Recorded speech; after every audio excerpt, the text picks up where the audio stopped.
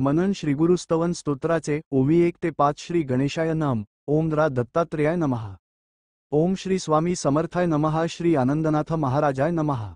ओम नमोजी श्रीगुरुनाथा भक्तवत्सल समर्था तवपदी ठेवनी माथा स्तवितो ताता तुझ लागी. कार म्हणजेच परब्रह्माचे स्वरूप, या विशुद्ध चैतन्याचे मूर्तिमंत रूप म्हणजेच गुरु महाराज. श्री दत्तात्रेय हे आद्यगुरु आहेत. त्या अनसूयानंदनापासूनच गुरुपरंपरा चालू झाली. श्री स्वामी समर्थ हे श्री दत्तप्रभूंचाच अवतार आहेत. अशा माझ्या श्री गुरुनाथांना नमन असो. अर्थार्थी, मुमुक्षू आणि जिज्ञासू अशा सर्व प्रकारचे भक्त श्री स्वामी समर्थांकडे येत असत. श्री स्वामी समर्थ नेहमीच त्यांना अभय देत असत. अभाविकांचे देखील त्यांनी कल्याणच केले. आपल्या भक्तांविषयी विशेष ममत्व असलेल्या त्या समर्थांच्या चरणी मी माझे मस्तक ठेवून वंदन करतो आणि तुझे स्तवन म्हणजेच स्तुतिगाथा गातो. इथे आनंदनाथ महाराज श्री स्वामी समर्थांना पिता असे संबोधतात. आपल्या सद्गुरूंविषयींचा हा सहजभाव त्यांच्या भक्तीची उत्कटता दर्शवितो. तू नित्य निरंजन, तुझ म्हणती निर्गुण, तूच जगाचे कारण, अहंभावे प्रगटलासी. तू नित्य निरंजन म्हणजेच सदासर्वदा निर्विकल्प, दोषरहित आहेस. श्री स्वामी समर्थ साक्षात परब्रह्म असल्याने पूर्ण, शुद्ध ज्ञानस्वरूप आहेत. त्यांच्यामध्ये अज्ञान, माया अशी कुठल्याही प्रकारची अशुद्धी नाही. सर्व ऋषी, मुनी, तपस्वी, योगी, ज्ञानीजन तुम्हांस निर्गुण म्हणतात. असे हे वर्ण आणि आकार विरहित निर्गुण, निराकार चैतन्य सर्वांठ्य असूनही अलिप्त असते. अनंतकोटी ब्रह्मांडांचा नायक असलेला तूच तर संकल्पमात्र या विश्वाची निर्मिती करतो. या जगाचा उत्पत्तीकर्ता, पालनकर्ता आणि संहार करणाराही तूच आहेस. तसेच जगत कल्याणासाठी तूच अनंत रूपे, अनंत वेश धारण करून प्रगटतोस. तुझी स्तुती करावया शक्ती नसे हरी, हर, ब्रह्मया, परी अघटित तुझी माया, जी संशयभया निवारित. तुझी स्तुती अथवा तुझ्या या स्वरूपाचे वर्णन करण्याचे सामर्थ्य तर प्रत्यक्ष त्रैमूर्तींनाही नाही. तिथे माझ्यासारख्या पामराची काय कथा. सर्व सृष्टीला आपल्या प्रकृतिरूपी मायेच्या प्रभावाने निर्माण करणाऱ्या हे मायाध्यक्षा, तूच आपल्या कृपासामर्थ्याने हे मायेचे पटल दूर करून आमच्या अज्ञानाचे, भयाचे निवारण करतोस.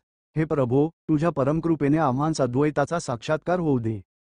मूळ मुळीचा आकारू, तुझ म्हणती श्रीगुरु, सच्चित शक्तीचा आधारू, पूर्णाधारू कारासी.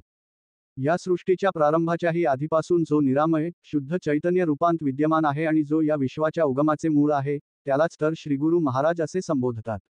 सत म्हणजे शाश्वत अर्थात कधीही नाश न पावणारे, सदोदित असणारे आणि चित म्हणजे शुद्ध ज्ञान होय. अशी ही शाश्वत ज्ञानाची कला, शक्ती म्हणजेच आदिमाया. हा सृष्टीरूपी खेळ मांडण्यासाठी म्हणून त्यानेच तर या मायेची निर्मिती केली आहे. तोच हा प्रणवकार रूपी श्रीगुरु सकल विश्वाचा आणि चित्कलेचा आधार आहे. ऐसा तू देवाधिदेव, हे विश्व तुझेची लाघव, इच्छेचे वैभव, मूळब्रह्मी नटविले. हे समर्था, तू तर देवांचाही देव आहेस. सर्व देवी देवता ही तुझीच तर रूपे आहेत. तूच कधी श्री गणेश, कधी श्री हरी, कधी सदाशिव म्हणून प्रगट होतोस आणि आपल्या भक्तांचे संरक्षण करतोस. तुझ्याच संकल्पमात्र देवी देवता अवतार घेतात आणि कार्यसिद्धी करतात. तूच हे विश्व निर्माण केले आहेस. या सर्व विश्वाचा नियंता, सूत्रधार असलेला तूच या सकल जीवमात्रांत, स्थावर वृक्षात चैतन्यरूपाने राहतोस. हा सृष्टीरूपी खेळ मांडून तूच सर्वांचा प्रतिपाळ करतोस, उद्धार करतोस आणि आपल्याच ह्या लीलेचा साक्षीभूत होतोस. या प्रत्येकाला सोहंची जाणीव सुप्तरूपांत करून देतोस.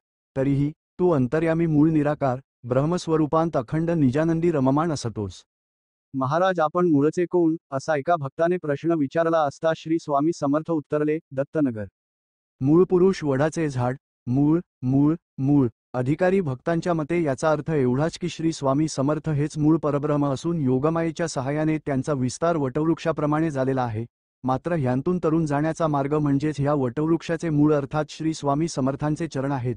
तेव्हा भवतारक ह्या तुझ्या पादुका, वंदीन मी माथा, करावी कृपा गुरुनाथा, असाच भाव स्वामी भक्तांठ्य नित्य असावा. श्री स्वामी समर्थार्पणमस्तु. श्री स्वामी समर्थ. जय जय स्वामी समर्थ.